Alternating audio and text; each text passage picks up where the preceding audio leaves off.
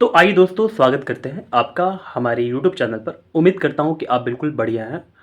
तो क्लास 10 के विद्यार्थियों के लिए जो 2024 में बोर्ड एग्जाम देने वाले हैं, उनके लिए मैंने ऑब्जेक्टिव क्वेश्चन का सॉल्यूशन अपने चैनल पर देना ही स्टार्ट किया हुआ है। अगर आप चाहते हैं कि मेरे चैनल से जुड़ करके बिल्कुल अच्छे से पढ़ाई करना, तो बिल्कुल करें, आपको काफ़ी बेनिफिट मिलेगा और एक भी क्वेश्चन आप बिल्कुल छोड़ करके नहीं आएंगे बोर्ड एग्जाम में। ठीक है, जितने भी ऑब्जेक्टिव क्वेश्चन होंगे उसका सॉल्यूशन आप बिल्कुल अच्छे से दे पाएंगे।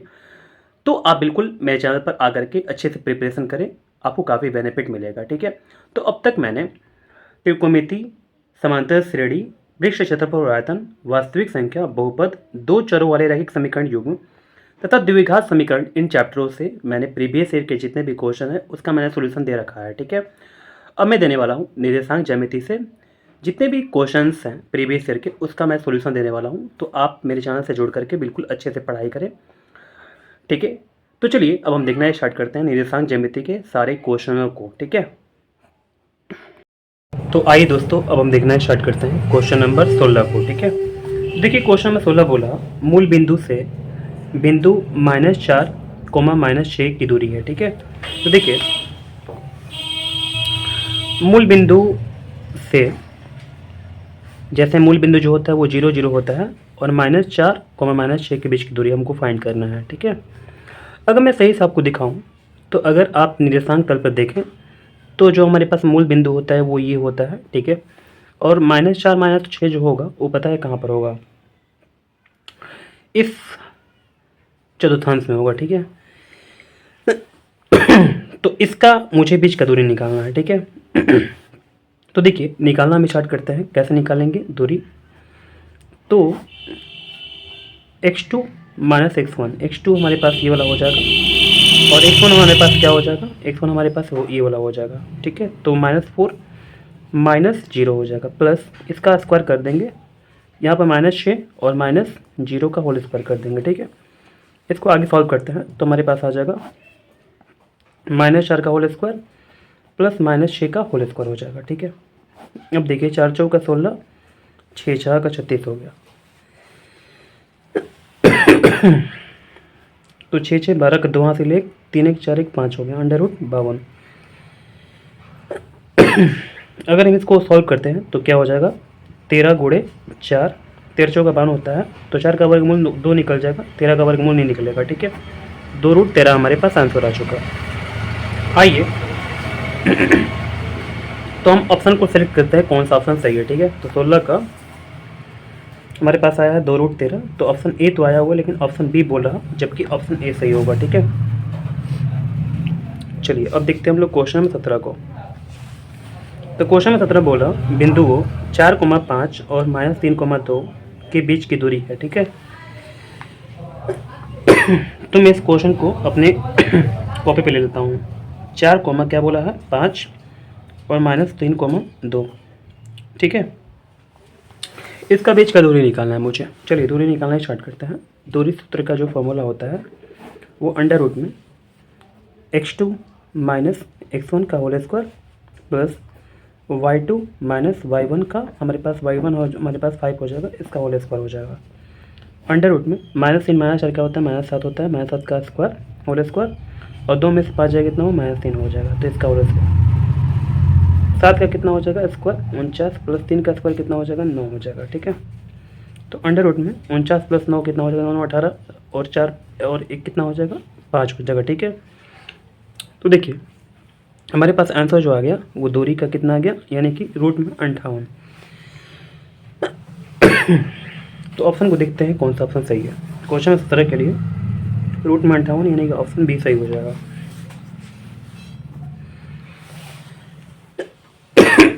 चलिए, मुझे बहुत जोर खांसी हो चुका है, लेकिन आपका एग्ज़ाम नज़दीक है, इसी के चलते मुझे इतना मेहनत करना पड़ता है।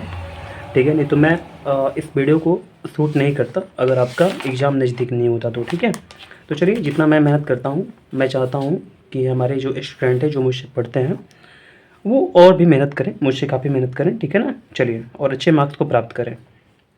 तो आइए देखते हैं क्वेश्चन नंबर 18 को। तो क्वेश्चन नंबर 18 हमारे सामने है, बिंदुओं -3, -3,4 है और फिर 7,8 को मिलाने में रेखाखंड के मध्य बिंदु के निर्देशांक निकालना है। ठीक है, चलिए थोड़ा मैं आपको समझा दूँ। जैसे मान लीजिए कि हमारे पास ये बिंदु का निर्देशांक -3,4 है। ये जो हमारे पास बिंदु है इसका निर्देशांक 7,8 है। तो मुझे क्या करना है, मध्य बिंदु का निर्देशांक निकालना है, यानी कि मध्य बिंदु ये वाला है।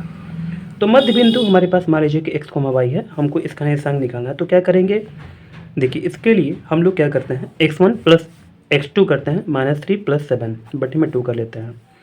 फिर y1 प्लस y1 प्लस क्या करते हैं y2 बटे में 2 कर लेते हैं। ठीक है, इसको सॉल्व करेंगे तो हमारे पास 4 बटे में 2 आ जाएगा। इसको सॉल्व करेंगे तो 12 बटे में 2 आ जाएगा। 2 छक्के 12, 2 दूनी का 4, तो 2,6 आ गया आंसर। तो देखिए क्वेश्चन 18 का जो हमारे पास आंसर आ गया वो क्या आ गया, 2,6। तो 2,6 हमारे पास ऑप्शन बी हो गया सही। ठीक है, चलिए ऑप्शन बी को सही कर लेते हैं। अब देखते हैं क्वेश्चन नंबर 19 को। तो थोड़ा सा सरकाना पड़ेगा इसको। तो आइए दोस्तों अब हम देखना स्टार्ट करते हैं क्वेश्चन नंबर 19 को। यहाँ पर क्वेश्चन 19 बोला कि त्रिभुज के शीर्ष बिंदु के निर्देशांक 4,6, फिर इसके बाद 0,4 और 5,5 है। इसके केंद्रक के निर्देशांक होंगे। जब भी बोले कि त्रिभुज के हमारे पास निर्देशांक दिया हुआ है तो इसके केंद्रक के निर्देशांक बताना है। तो देखिए क्या करेंगे, इसके लिए हमारे पास एक फॉर्मूला होता है। वो क्या होता है, x1 plus x2 plus x3 बटे में 3। ठीक है, 2 मैं बार बार लिख देता हूँ गलती से, तो 2 नहीं लिखेगा। y1 plus y2 plus y3 बटे में क्या हो जाएगा, 3। ठीक है, बस हमारा इतना काम करने पर हमारा आंसर आ जाएगा। ठीक है, यानी कि केंद्रक का निर्देशांक जो है ना वो आ जाएगा। ठीक है, चलिए करके देखते हैं। तो क्वेश्चन 19 का यहाँ पे बोला हुआ है 4, x1 4 है, x2 हमारे पास 0 है और x3 हमारे पास 5 है। तो 4, 0 और 5, 4, 0, 5 मैंने रख दिया और बटे में 3 कर लिया। ठीक है, फिर इसके बाद y1, y2, y3 जो दिया हुआ है वो 6, 4 और 5 दे दिया हुआ है। ठीक है, 6, 4 और 5 बटे में 3 हो जाएगा। ठीक है, चलिए थोड़ा सा मैं इसको और जूम कर लेता हूँ ताकि आपको अच्छा उससे और दिखाई दे सके। चलिए आप यहाँ तक समझ गए होंगे। देखिएगा 4, 5 कितना होता है, 9 बटे में 3, 6, 4, 10, 10, 5, 15 बटे में 3, 3, 5, 15, 3 तरीका 9, यानी कि 3,5 आ गया। तो देखिए क्वेश्चन नंबर 19 का देख लेते हैं आंसर क्या हो पता है। 3,5 जो है वो ऑप्शन डी हो जाएगा। ठीक है, चलिए ऑप्शन डी को मैं सही कर लेता हूँ। आइए देखते हैं क्वेश्चन नंबर 20 को आप। तो क्वेश्चन में 20 क्या बोला, यदि किसी त्रिभुज के शीर्षों के निर्देशांक 0,4, फिर इसके बाद 0,0 एवं 3,0 हो तो त्रिभुज का क्षेत्रफल होगा। ठीक है, तो मैं इसको लिख देता हूँ अपने कॉपी पर। क्या क्या बोला हुआ है, तो 0,4, फिर इसके बाद 0,0, फिर इसके बाद 3,0। ठीक है तो त्रिभुज का क्षेत्रफल होगा। ठीक है, चलिए त्रिभुज का क्षेत्रफल पहले फाइंड करते हैं आप। तो देखिएगा त्रिभुज का क्षेत्रफल के लिए फॉर्मूला जो होता है वो मैंने आपको पिछली वीडियो में बताया था, लेकिन मैं फिर से एक बार बताता हूँ। 1/2 x1 और यहाँ ब्रैकेट लगा देते हैं, फिर x2। ठीक है, और फिर ब्रैकेट लगा देते हैं, प्लस यहाँ पर जगह नहीं है तो यहाँ पर लिख लेंगे x3 और फिर ब्रैकेट लगा देते हैं। इस ब्रैकेट के अंदर क्या क्या भरेंगे, तो देखिए y2 minus y3, y3 minus y2, y3 minus y1 माफ़ कीजिएगा, तो y1 माइनस y2 हो जाएगा। ठीक है, चलिए इतना तक समझ में आ गया आपको। अब देखिए अब हम भर सकते हैं। यहाँ पर थोड़ा सा जगह है, इसी क्षेत्र में यहाँ पर भर लूँगा। ठीक है ना, इसको सॉल्व कर लूँगा। थोड़ा छोटा छोटा लिखेंगे तो 1/2 हो गया हमारे पास, बड़ा ब्रैकेट। x1 हमारे पास जो है वो 0 है। ठीक है, फिर ब्रैकेट प्लस x2 जो हमारे पास है ये भी 0 है। फिर इसके बाद जो हमारे पास x3 है वो क्या है, 3 है। ठीक है, तो चलिए इतना तक हो गया। देखिए इसके बाद यहाँ पर हमारे पास क्या होगा, y2 माइनस y1 आ जाएगा, तो 0 माइनस क्या आ जाएगा, 0। फिर हमारे पास y3 माइनस यहाँ पर क्या आ जाएगा, y1 आ जाएगा, तो y3 माइनस y1। फिर इसके बाद y1 माइनस y2 आ जाएगा, तो 4 माइनस 0 हो जाएगा। ठीक है, चलिए अगर देखिएगा यहाँ पर 1/2 है, चलिए इसको यहाँ पर थोड़ा देख लेते हैं। तो 1/2 हो जाएगा ब्रैकेट में, यहाँ पर 0 में इसमें गुणा कीजिएगा तो 0 ही होगा, प्लस 0 में इसमें गुणा कीजिएगा तो 0 ही होगा। प्लस यहाँ पर 4 में 0 घटेगा तो 4 4 3 12 हो जाएगा। ठीक है, देखिए सबको जोड़ दीजिए तो हमारे पास क्या आ जाएगा 12 आ जाएगा। 12 का आधा कीजिए कितना होगा तो 6 आ जाएगा। तो हमारे पास आंसर क्या आ गया 6। ठीक है, तो क्वेश्चन नंबर 20 का हमारे पास आंसर क्या आ गया 6 आ गया। तो चलिए ऑप्शन को देख लेते हैं। जो 6 हमारे पास है वो ऑप्शन बी है। ठीक है, तो चलिए ऑप्शन बी को मैं सिलेक्ट कर देता हूँ। चलिए आइए देखते हैं क्वेश्चन नंबर 21 को। अब तो देखिए क्वेश्चन नंबर 21 क्या बोला, यहाँ पर आपको नजर आ रहा होगा बिंदु 7,10 किस पाद में स्थित है। ठीक है, जो 7,10 होता है ना वो किस पाद में स्थित होता है, तो देखिए दोनों प्लस प्लस है, ये भी प्लस में है ये भी प्लस में है, तो प्लस प्लस जो होता है वो प्रथम पाद में होता है। ठीक है, तो यहाँ पर प्रथम पाद आंसर हो जाएगा, या प्रथम चतुर्थांश भी बोल सकते हैं इसको आप। ठीक है, तो चलिए प्रथम पाद यानी कि ऑप्शन ए। अब देखते हैं क्वेश्चन नंबर 22 को। यहाँ पर क्वेश्चन नंबर 22 दिख रहा होगा आपको। ठीक है, तो देखिए एक्स अक्ष पर स्थित किसी बिंदु के निर्देशांक का रूप होगा। ठीक है, देखिए एक्स अक्ष की अगर बात करें, ठीक है, तो एक्स अक्ष पर कोई भी बिंदु अगर होगा ना, जैसे मान लीजिए कि यहाँ पर है, तो हमारे पास एक्स का मान कुछ ना कुछ होगा, क्योंकि यहाँ पर यहाँ से यहाँ तक कुछ ना कुछ डिस्टेंस होगा, तो एक्स का कुछ ना कुछ वैल्यू होगा। लेकिन वाई जो होगा ना ऊपर जा रहा ना नीचे जा रहा, तो यहाँ पर 0 हो जाएगा। एक्स अक्ष पर जो वाई का निर्देशांक होता है वो क्या होता है 0 होता है। ठीक है, चलिए तो 22 का हमारे पास आंसर आ गया x,0, तो ऑप्शन ए हो जाएगा। ठीक है, आइए देखते हैं क्वेश्चन नंबर 23 को। तो क्वेश्चन नंबर 23 बोला मूल बिंदु से बिंदु आर यहाँ पर जो दिया हुआ है, आर का निर्देशांक जो दिए हुए हैं -x,y दिया हुआ है। ठीक है ना, ये दूरी होगी, तो मूल बिंदु से होगी दूरी। तो ये तो बहुत सिंपल है। देखिए मूल बिंदु क्या होता है 0,0 होता है। ठीक है, और इसका -x,y से जो ये जो हमारे पास बिंदु है ना, कौन सा बिंदु है, तो बोला है आर यहाँ पर है। ठीक है, यहाँ मान लीजिए कि मूल बिंदु ओ हमारे पास है, तो इसके बीच की दूरी क्या होगी। तो देखिए मैंने इसको बना लिया यहाँ पर अपने कॉपी पर। आर यहाँ पर है, इसका निर्देशांक ये वाला हो गया -x,y, और यहाँ पर हमारे पास ओ है, यानी कि ये हमारे पास क्या हो गया मूल बिंदु हो गया। दोनों के बीच की दूरी जो होगा वो क्या होगा, देखिए तो दूरी सूत्र का फॉर्मूला लगाएंगे तो क्या होगा अंडर रूट में यहाँ पर x2 -x1 का whole square plus y2 -y1 का होल स्क्वायर अंडर रूट में हो जाएगा यहाँ पर -x का होल स्क्वायर प्लस y का होल स्क्वायर हो जाएगा। ठीक है, तो यहाँ पर -x का होल स्क्वायर क्या होता है x square plus y square हो जाएगा। ठीक है, तो चलिए x स्क्वायर और प्लस y स्क्वायर हो गया अंडर रूट में। ठीक है, तो ये हमारा आंसर हुआ। तो क्वेश्चन नंबर 23 का अंडर रूट में x square plus y square इकाई हो जाएगा, तो ये हमारे लिए आंसर हो गया दूरी के लिए। ठीक है, ऑप्शन ए हो जाएगा सही। तो ऑप्शन ए को मैं सिलेक्ट करता हूँ। ठीक है, आइए देखते हैं हम लोग क्वेश्चन नंबर 24 को। तो क्वेश्चन नंबर 24 बोला बिंदु P का निर्देशांक जो हमारे पास है वो 5,7 है, और Q का जो निर्देशांक है वो 8,11 है, के बीच की दूरी निकालना है। बीच का दूरी निकालना बहुत सिंपल होता है। ठीक है, P हमारे पास हो गया, इसके बाद क्या हो गया Q हो गया, तो 5,7 हो गया हमारे पास, और हमारे पास हो गया 8,11, इसके बीच की दूरी निकालना है। ठीक है, तो चलिए निकालना ही स्टार्ट करते हैं।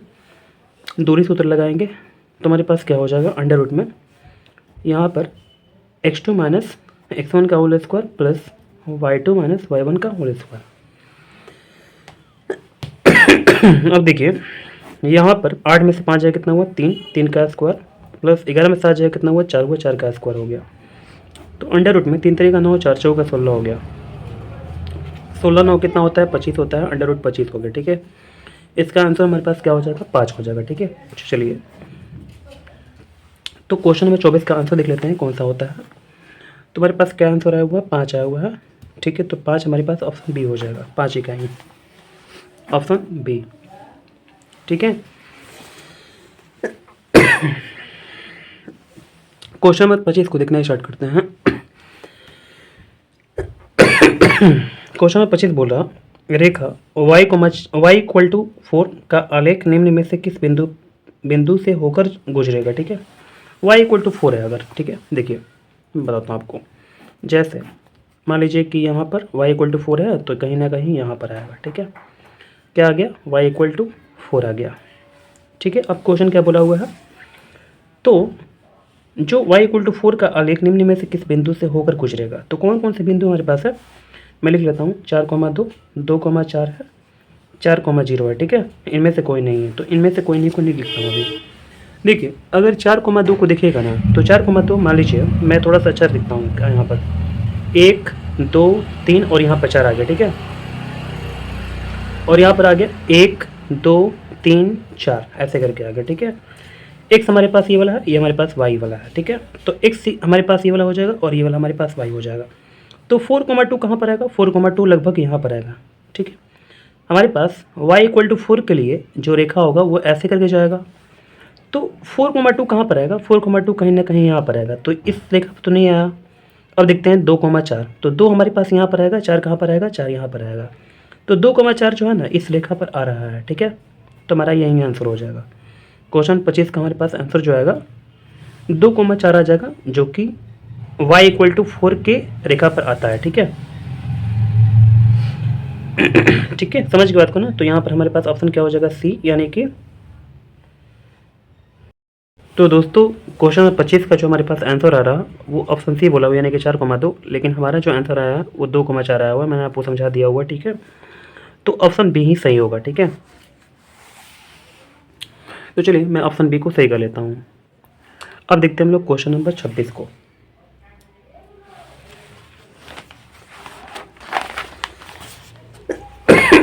तो देखिएगा क्वेश्चन नंबर 26 क्या बोला मूल बिंदु के निर्देशांक होते हैं। तो बहुत सिंपल है क्वेश्चन। इसका मूल बिंदु का जो निर्देशांक होगा 0,0 हो जाएगा, नहीं कि ऑप्शन ए हो जाएगा, ठीक है। तो मैंने ऑप्शन ए को सही कर लिया। चलिए क्वेश्चन में 27 देखते हैं। 27 नंबर क्वेश्चन बोला बिंदु ए 0,-8 बी -12,0 को मिलाने वाले सरल रेखा के मध्य बिंदु के निर्देशांक होंगे। ये बहुत सिंपल क्वेश्चन है, ठीक है। हमारे पास जो निर्देशांक है ए और बी का वो दिया हुआ है।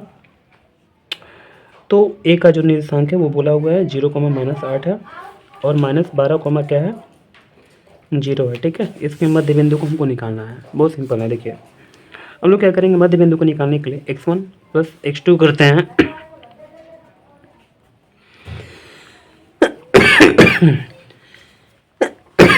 होल बाई 2 कर लेंगे, -8 + 0/2 कर लेंगे, ठीक है। तो यहाँ पर -12/2 हो जाएगा और -8/2 हो जाएगा। 2 चौका 8, 2 छक्का 12 हो जाएगा। -6, क्या हो जाएगा, -4। तो हमारे लिए क्वेश्चन में 27 का आंसर हो जाएगा -6, -4, ठीक है। -6, -4, ये ऑप्शन बी हमारे लिए सही हो गया। तो चलिए ऑप्शन बी को मैं सही कर लेता हूँ। आइए देखते हैं क्वेश्चन नंबर 28 को। तो क्वेश्चन नंबर 28 बोला एक त्रिभुज ABC के शीर्षों के निर्देशांक हमारे पास x1, ए हमारे पास जो दिया हुआ x1, y1, बी जो है वो हमारे पास है x2, y2 तथा सी जो है x3, y3 है।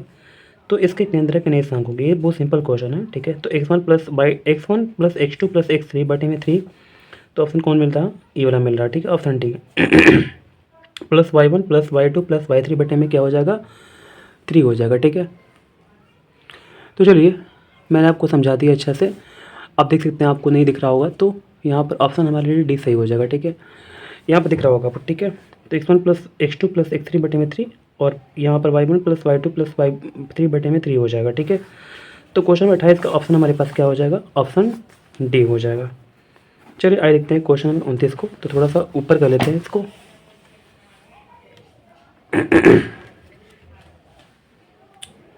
चलिए अब आपको दिख रहा होगा सब कुछ अच्छा से। तो क्वेश्चन में 29 क्या बोला, यहाँ पर देख सकते हैं।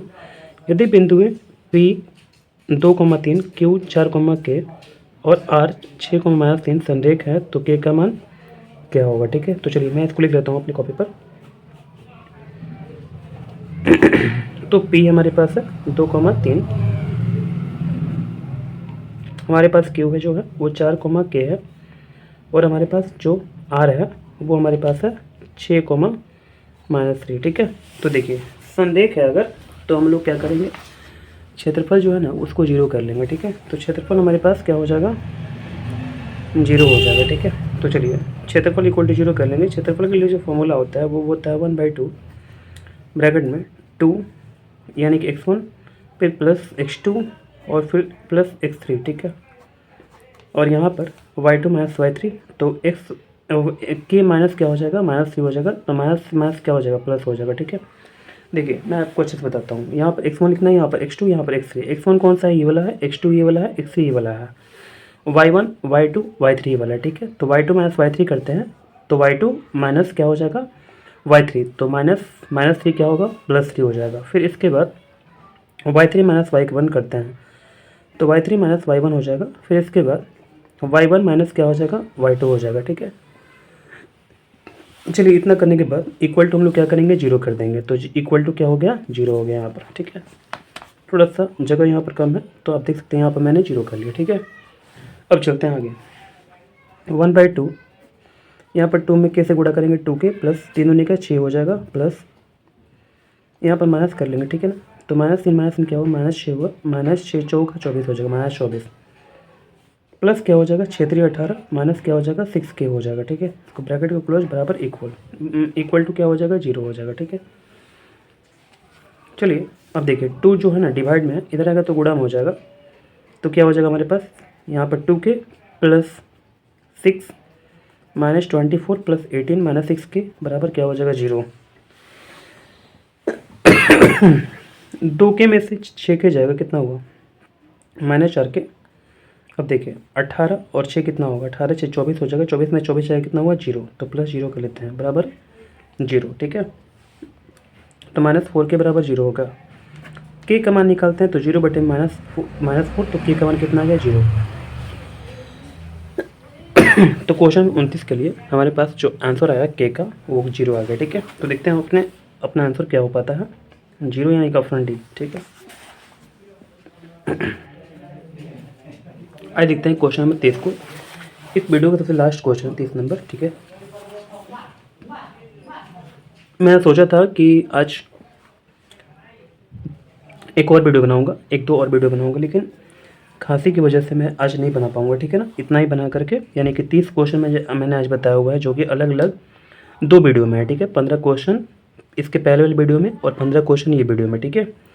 तो चलिए क्वेश्चन नंबर 30 को देख लेते हैं झटपट। देखिएगा क्वेश्चन नंबर 30 बोला, यदि त्रिभुज के शीर्ष हमारे पास इतना इतना इतना दिया हुआ, तो इसका परिमाप निकालना है, ठीक है। चलिए ये सिंपल क्वेश्चन है, मैं निकालता हूँ।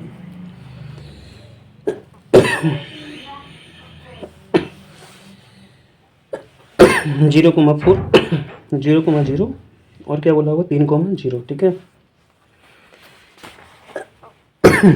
परिमाप निकालना है, तो देखिए ए, यहाँ बी, यहाँ पर सी, ठीक है।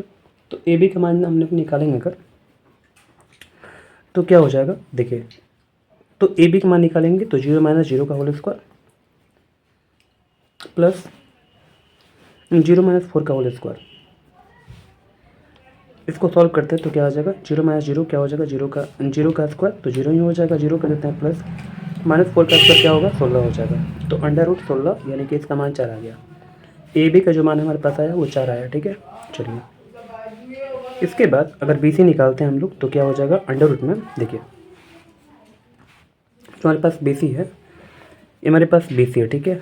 तो 0 - 3 का होल स्क्वायर, इसके बाद 0 - 0 का होल स्क्वायर। अब देखिएगा -3 का होल स्क्वायर प्लस 0 का होल स्क्वायर, 9 + 0 का 9 + 0 हो जाएगा, अंडर में 9 हो जाएगा, इसका मान 3 आ जाएगा, ठीक है। तो चलिए ये हमारे पास 3 आ गया बी सी का मान। फिर इसके बाद सी ए का मान निकाल लेते हैं, ठीक है। सी ए लिख सकते हैं यहाँ पर, हमारे पास ये हो रहा है, तो 3 - 0 का होल स्क्वायर, 0 - 4 का होल स्क्वायर, तो 3 - 0 का होल स्क्वायर प्लस 0 - 4 का होल स्क्वायर, तो यहाँ पर हो जाएगा 3 का स्क्वायर प्लस -4 का स्क्वायर, ठीक है। 3 का स्क्वायर 9 प्लस 4 का स्क्वायर 16 हो जाएगा, 25 हो जाएगा अंडर में, तो इसका मान हो जाएगा 5, यानी कि सी एक मान हमारे पास आ गया 5। तो देख सकते हैं इस त्रिभुज में अगर देखें तो ए बी हमारे पास आ चुका है, कितना, ए बी हमारे पास 4 आ चुका है। बी सी हमारे पास कितना आ चुका है, बी सी हमारे पास 3 बी सी हमारे पास 3 आ चुका है, और सी ए जो है वो कितना आ चुका है, सी हमारे पास 5 आ चुका है, ठीक है। सी बराबर कितना आ चुका, 5 आ चुका, ठीक है। अगर परिमाप निकालते तो क्या हो जाएगा, 5 + 4 यानी कि 9, 9 3 कितना होता है 12। तो आंसर हमारे पास क्या आ गया 12। क्वेश्चन नंबर 30 का आंसर क्या आ गया 12। देख लेते हैं ऑप्शन कौन सा होता है क्वेश्चन 30 के लिए। जो 12 है यानी कि ऑप्शन हमारे पास बी आ गया, ठीक है। तो चलिए इसी के साथ इस वीडियो का समापन कर लेते हैं, ठीक है। आपको काफ़ी परेशानी हुआ होगा क्योंकि मुझे खांसी हुआ है, ठीक है ना। तो चलिए उम्मीद करते हैं कि सारे क्वेश्चन जितने भी मैंने आपको बताया इस वीडियो में, ठीक है, आपको समझ में आ रहा होगा। अगर किसी प्रकार का प्रॉब्लम हो, कुछ समस्या हो, तो बिल्कुल कमेंट बॉक्स में अपने बातों को रखें। मैं सारे कमेंट्स को पढ़ करके आपके रिप्लाई देने की कोशिश करूँगा, ठीक है ना। तो चलिए अब हम लोग मिलते हैं अगली वीडियो में।